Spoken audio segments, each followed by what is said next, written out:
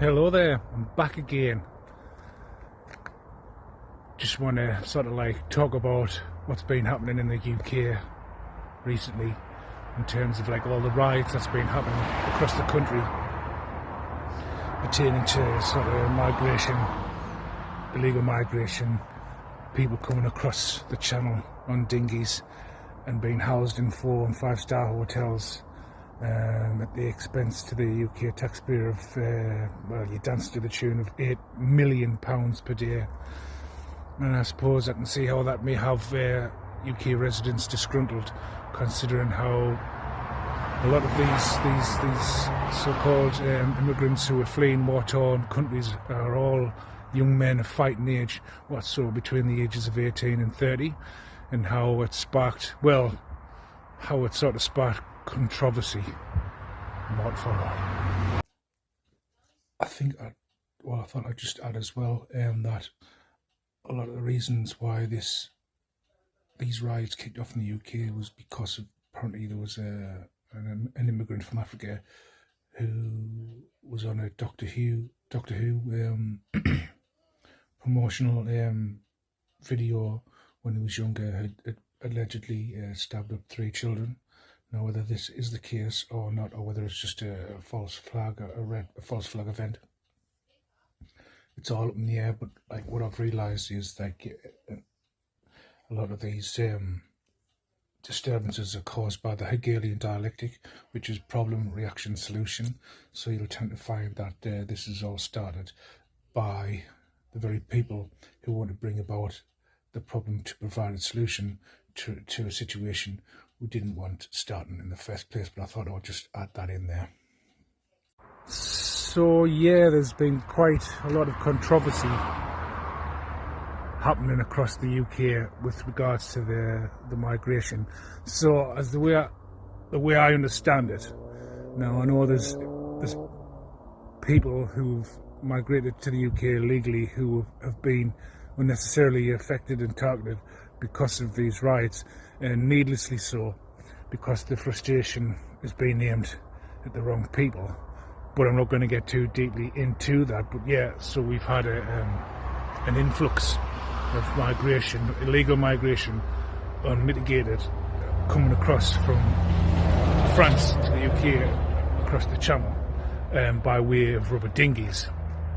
And as such, these so-called immigrants leaving and fleeing war-torn countries have been housed in 4- and 5-star hotels while others suffer on the streets.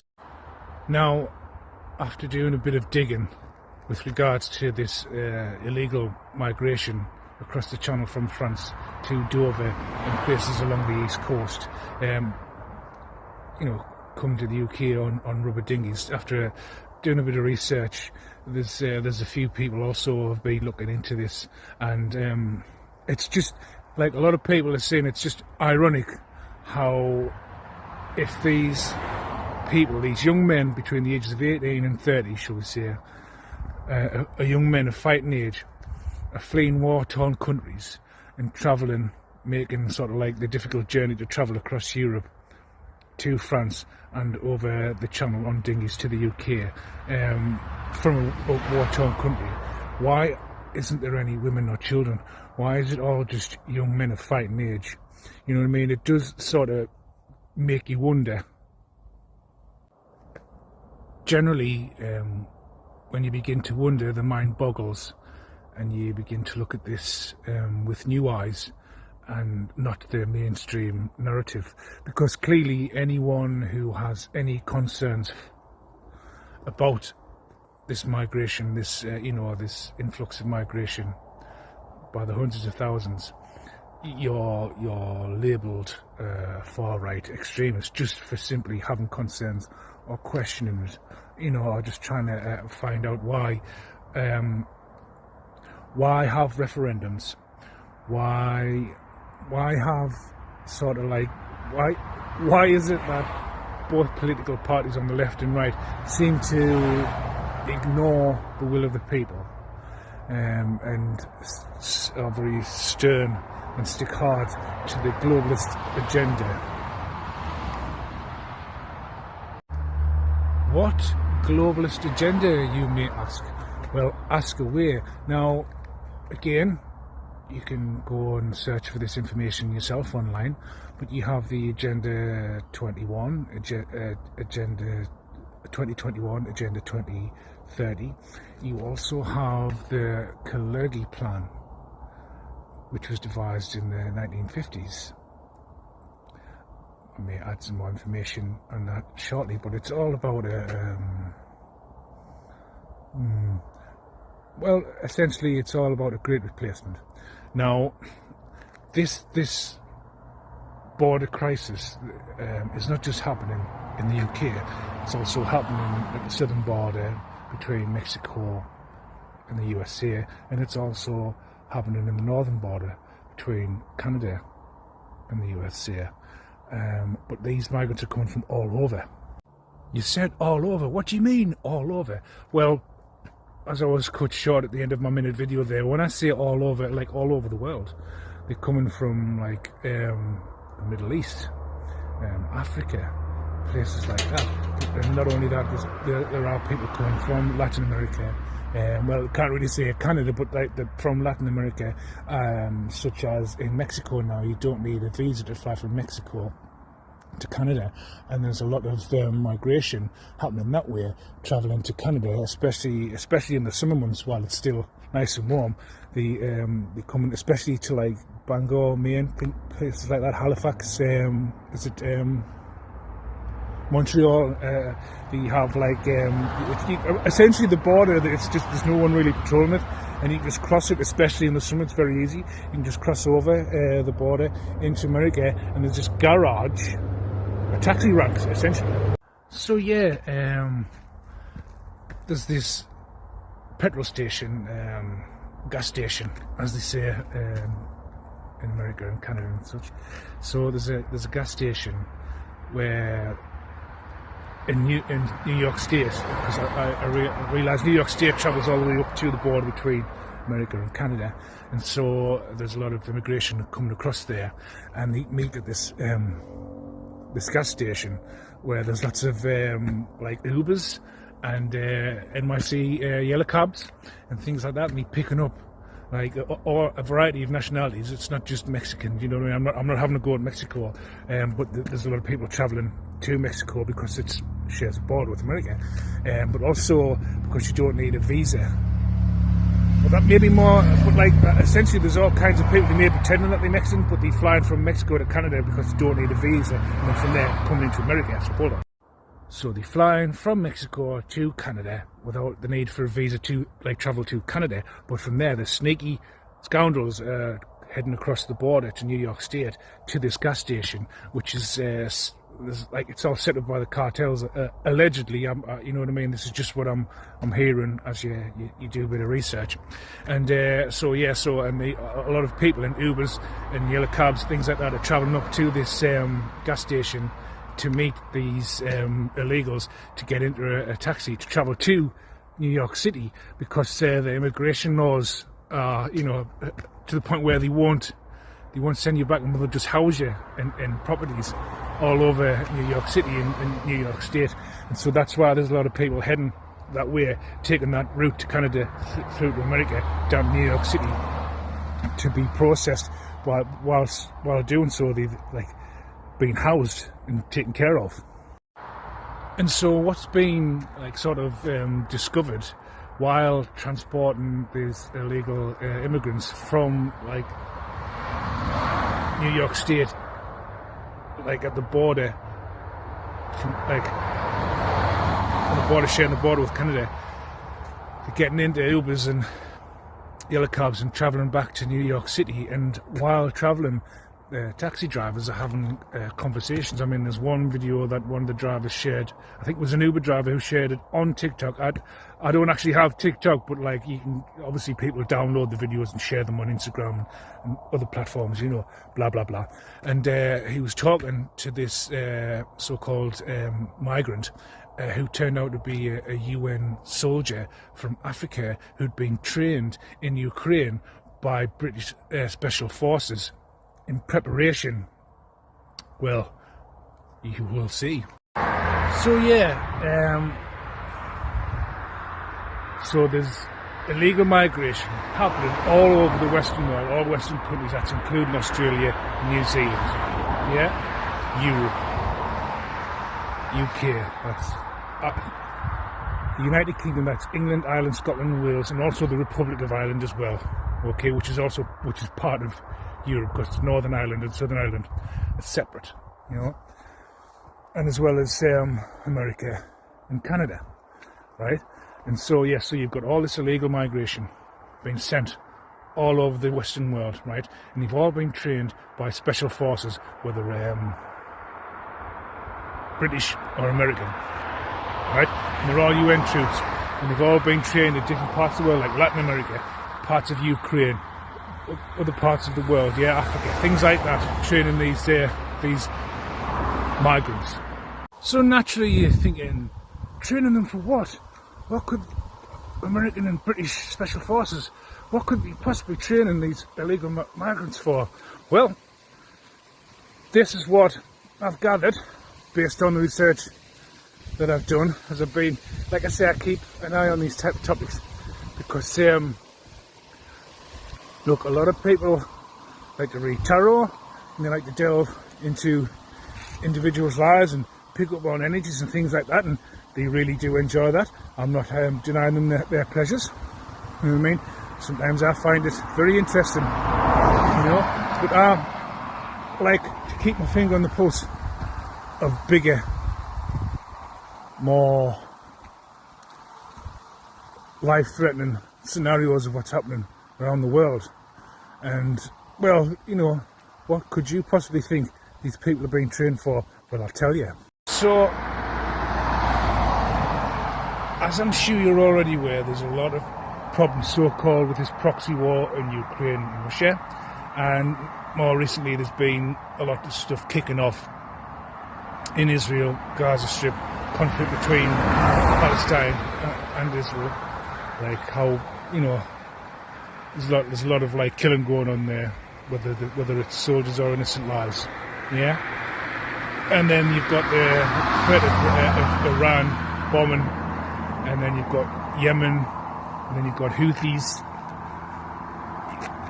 Kurdish, you know what I mean? There's going to be, shall we say, all-out war at some point, whereby China, Iran, Russia, North Korea will probably like unite together against the West, shall we say, you know, Israel. So there's going to be all-out war, okay? Now, it's been discussed in the UK that should the threat of World War III be creeping on our doorstep, conscription will be reinstated, you know, or national service. They started with national service, and then if they use refusing to do national service, which essentially is compulsory mandatory, they will conscript the young people, so from the ages of 18 to 34, shall we say, yeah, and they'll all be trained to go to war. So what will happen is, I mean, it's inevitable, it's coming, it's already been prophesied, so all our troops, right, will go to wherever the war's happening with the East, so East and West combat against each other, right, and so all of our youth will be taken away, and you'll be left with Dad's army back at home, the home guard.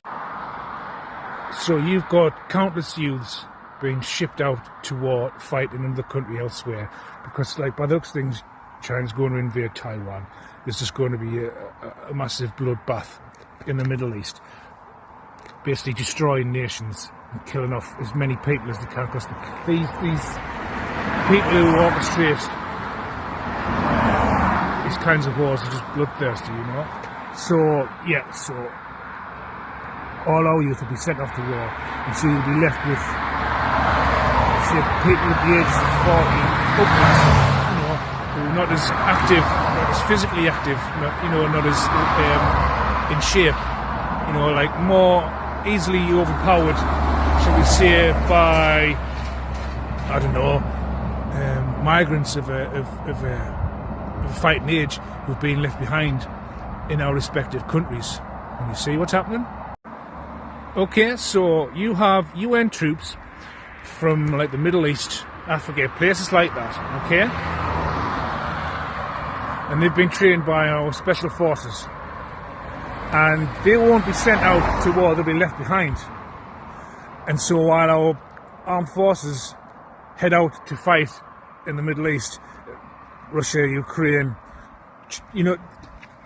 all out war, yeah? So Europe's just going to be a battleground, a bloodbath. The Middle East, it's going to be a bloodbath, yeah? And all of these UN forces who have been trained by special forces will be left behind to essentially overpower the people who are not physically capable to defend themselves as, let's say, younger people between the ages of 18 and say 34. How about that? And naturally you'll say, Trevor, you've been preposterous. You've been absurd, you've been irrational. You know, there's no way that this sort of thing would happen. I mean, for instance, where would they get the guns? I mean, after all, this is the United Kingdom. This isn't America. We don't have guns anymore. Oh, well, you need a very special license, and you need to hold all guns in cabinets at the gun club in order to be in possession of a firearm. Well, yes, technically you're right, but the people we deal with don't play by the rules. The dirty, cheating, stinking bastards. Right?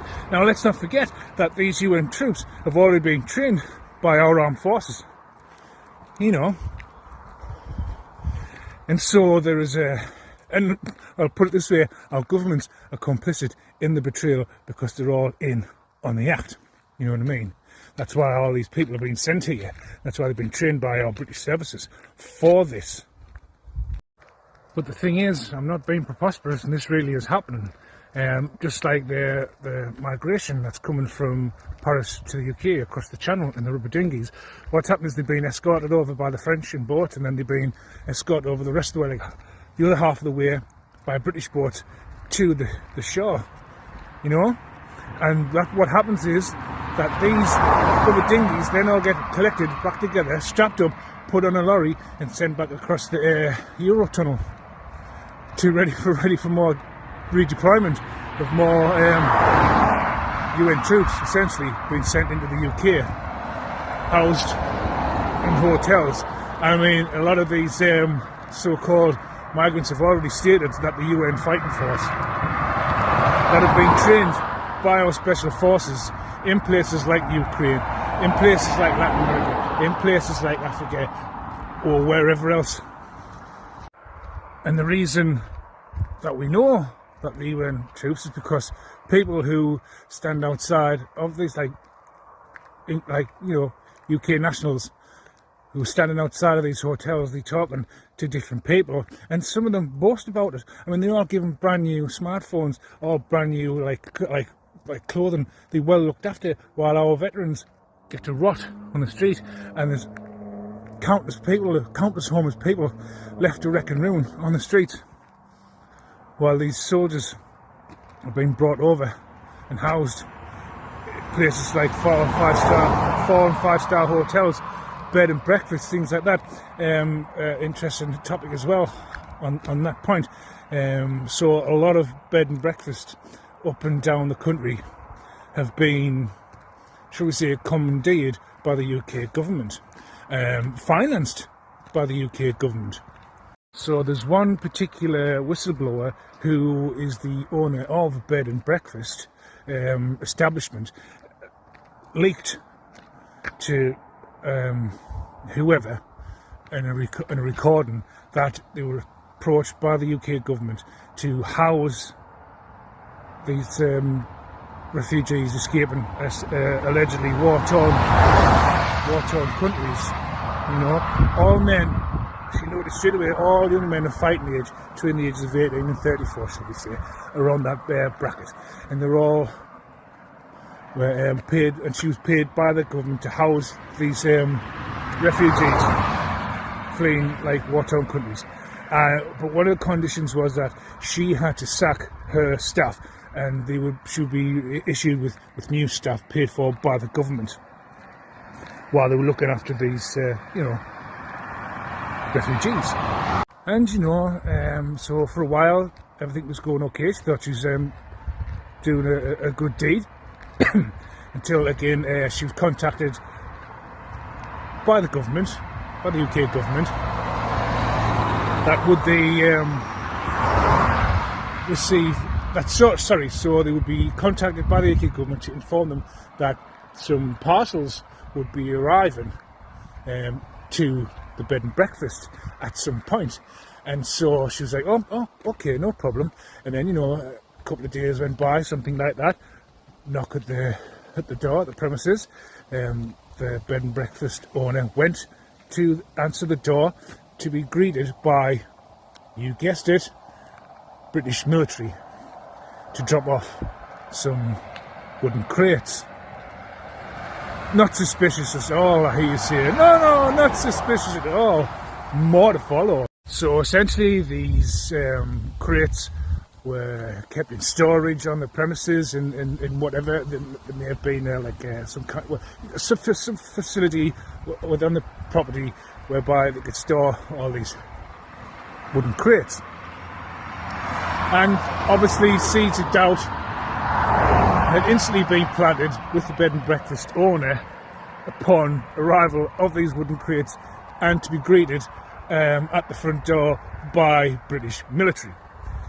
So naturally, she's thinking, what the fucking hell's going on here? Like, all these migrants seem to be young men of fighting age. There's no women or children, with these men from a so-called war-torn country.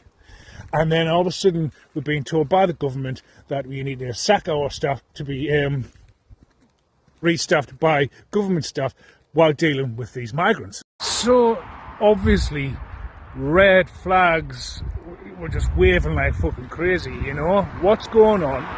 We've got migrants fleeing a war-torn country, no women or children anywhere on the premises, which seems to be a little strange because normally if you're fleeing a war-torn country, you bring your women, you bring your wives, you bring your kids with you as you flee to start anew in another country.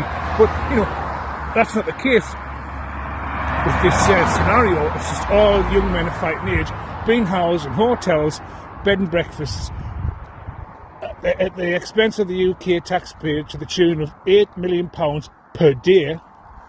Right, and then the next minute you're having your staff sacked and restaffed by government staff, and then you're having British military turning up on your doorstep, delivering wooden crates to be stored in storage, wherever that may be, yeah? Red flags alert, yeah? So anyway, there was these crates in storage.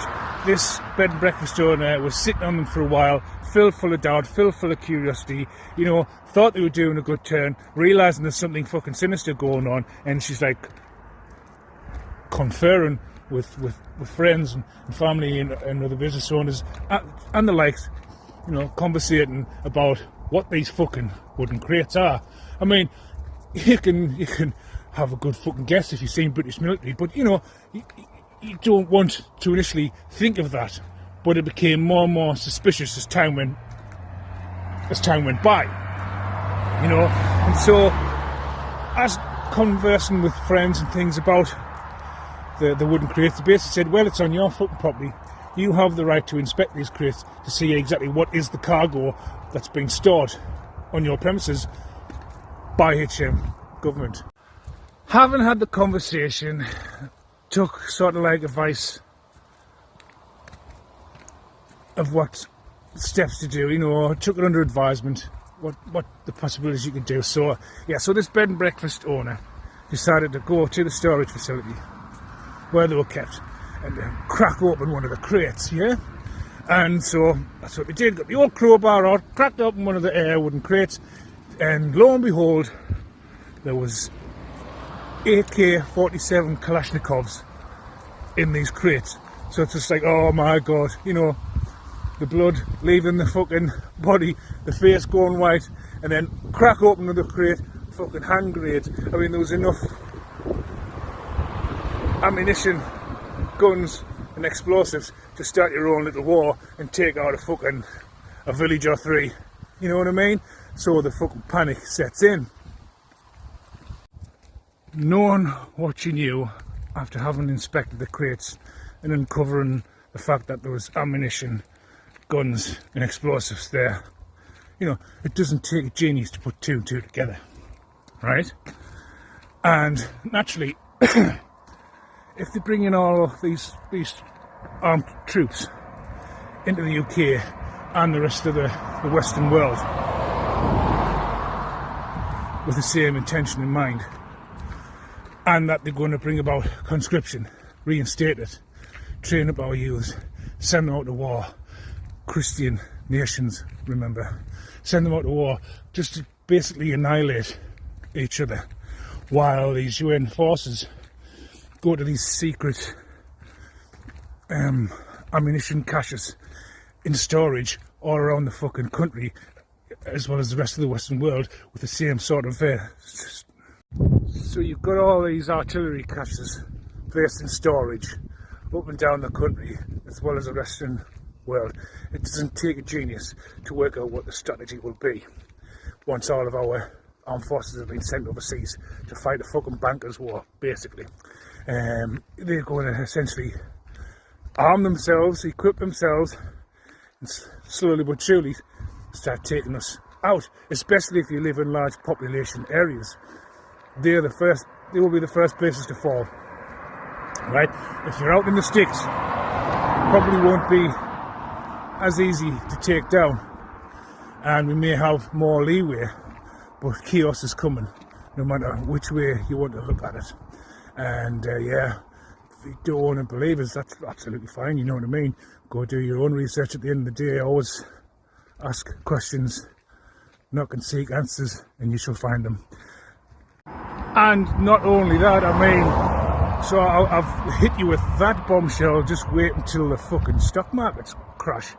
Just wait until hyperinflation kicks in, and that's all coming within the next, well, let's just say the next 2 to 3 years.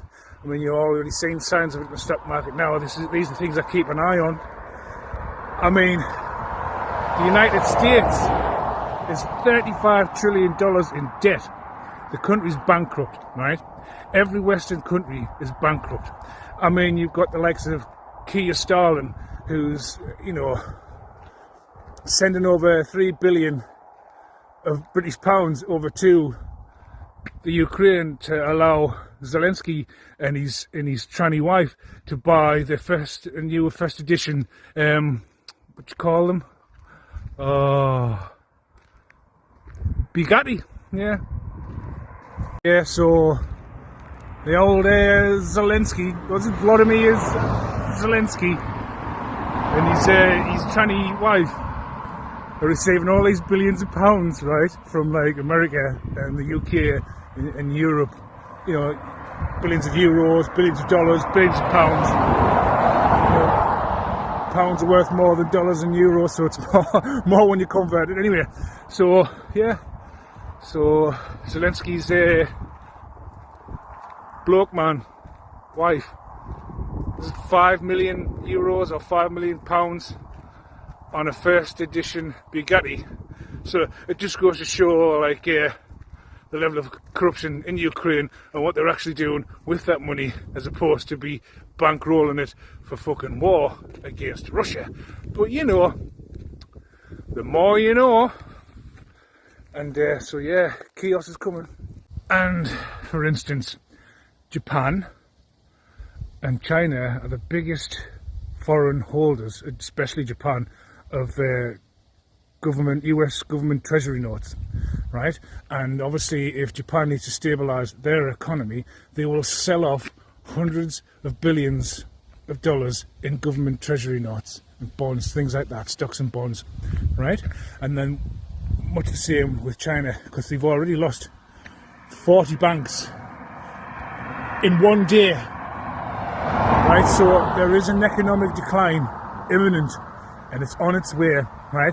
And should both Japan and China and whoever else is invested in government treasury notes, stocks and bonds, sell off hundreds of billions of dollars worth, that's going to push the price of a dollar right down, and it'll cause hyperinflation, and you'll be needing shoebox upon shoebox of fucking dollars to buy a loaf of bread. Since you've had COVID, which they had the world shut down for what, like 2 years, so there was no productivity, or not much money getting made, so they were borrowing more money from central banks, which is causing more debt, more inflation, and then of course they then introduced quantitative easing, so the central banks are just printing more and more money because it's a fractional reserve banking system, so it's a debt-based system, so creating more debt through the printing of more money. And then you have the cloud and pivot strategy, whereby you're overwhelming the welfare state with impossible demands because of things like COVID, which is putting more stress on our Western economies, which will lead to a global recession and a stock market crash. And it's coming to the kicker for certain people that I know who are greedy cunts. So just so you know, like, this crash is coming, right? So all you greedy fuckers who've been trying to kill me off for this fucking money that you're trying to steal from me in order for you to have a fucking new beginning or a happy new start in life, well, you can kiss that all goodbye, right? Because pretty soon they're going to trigger World War III, they're going to conscript the youth, they're going to send them out to war, and we're going to be battling fucking UN troops that's been trained by British services, and the stock market's going to crash, hyperinflation's going to kick in, and all of you stupid cunts are going to be fucked, and you're going to lose it all, because like with all fucking banking, they just take whatever reserves you've got, right? Whether it's offshore accounts, whether it's invested in other fucking things. Once that stock market crashes, you lose it all, you fucking clowns, and you're all finished anyway, and you're all dying with fucking incurable STDs and cancer and other fucking illnesses. And guess what? I'll be fine. Champion.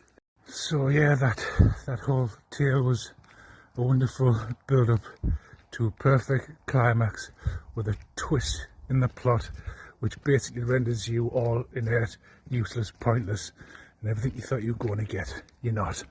Alright? Because you're fucked anyway. This world's fucked. Carnage is coming, whether you're prepared for it or not.